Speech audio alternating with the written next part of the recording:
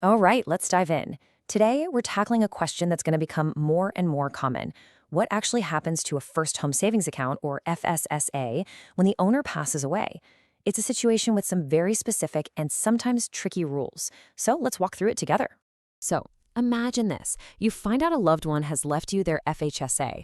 It's often happening during an already tough time, and honestly, the financial paperwork can feel pretty overwhelming. So, where do you even start?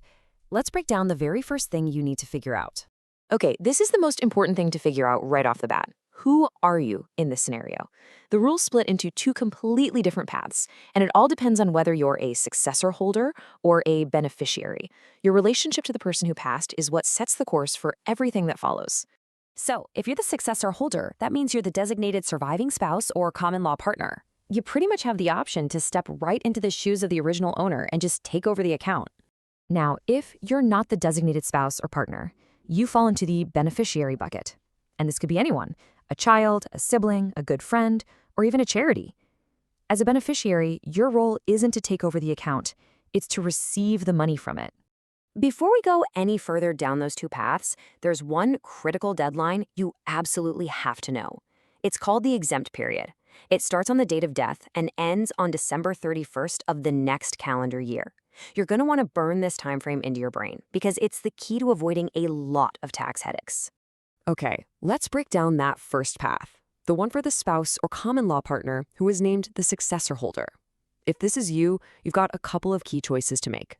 So your first option, and probably the simplest, is to just keep the FHSA. You become the new account holder. Now, what's really interesting is how this affects your own FHSA timeline.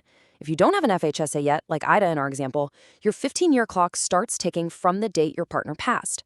But if you already have your own FHSA, like Yuri, nothing changes. Your original start date stays the same.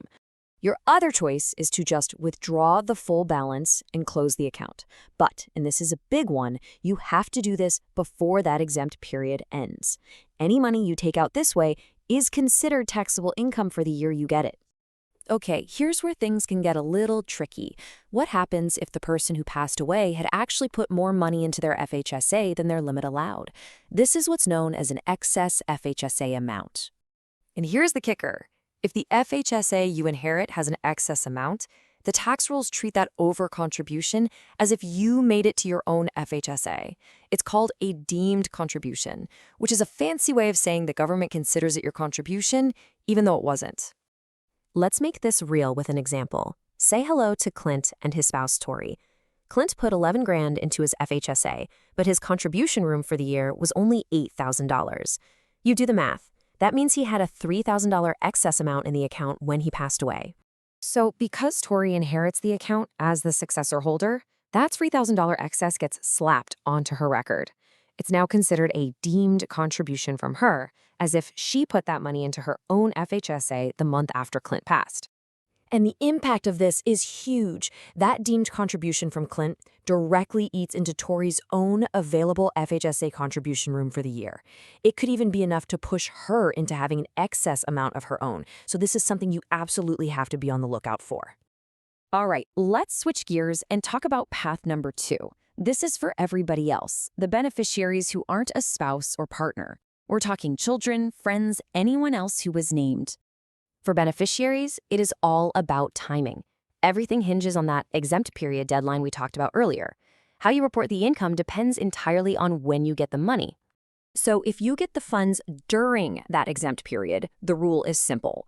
The entire amount you receive is considered taxable income for that year, period.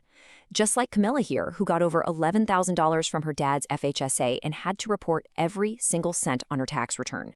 And here is a massive difference from the successor holder path. As a beneficiary, you can't do any tax-deferred transfers. You can't just roll these funds into your own RRSP or FHSA without paying tax first. The money comes out and it gets taxed as income. That's the deal. Okay, it doesn't matter which path you're on, successor holder or beneficiary, there's one universal rule that applies to everyone. The FHSA must be closed.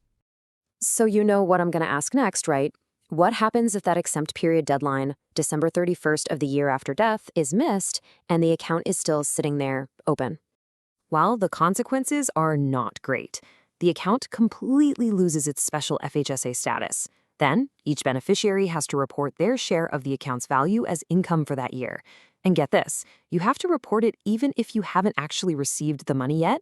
Think about it. Alexa and Hannah had to pay tax on money that was still just sitting in the account, all because that deadline was missed. So let's put a bow on all of this. For a successor holder, the spouse, the whole journey is really about choice and continuing the plan. You can keep the account or take a taxable withdrawal. For a beneficiary, the path is much more direct. You get a taxable payout of the assets. It really all boils down to control versus distribution and what tax options are on the table. And that brings us to the big takeaway here. Understanding all these complexities of inheriting an FHSA really hammers home how important it is to get your own estate plan in order. Have you clearly designated who will get yours? Taking a few moments to do that now can make a world of difference for the people you care about down the road.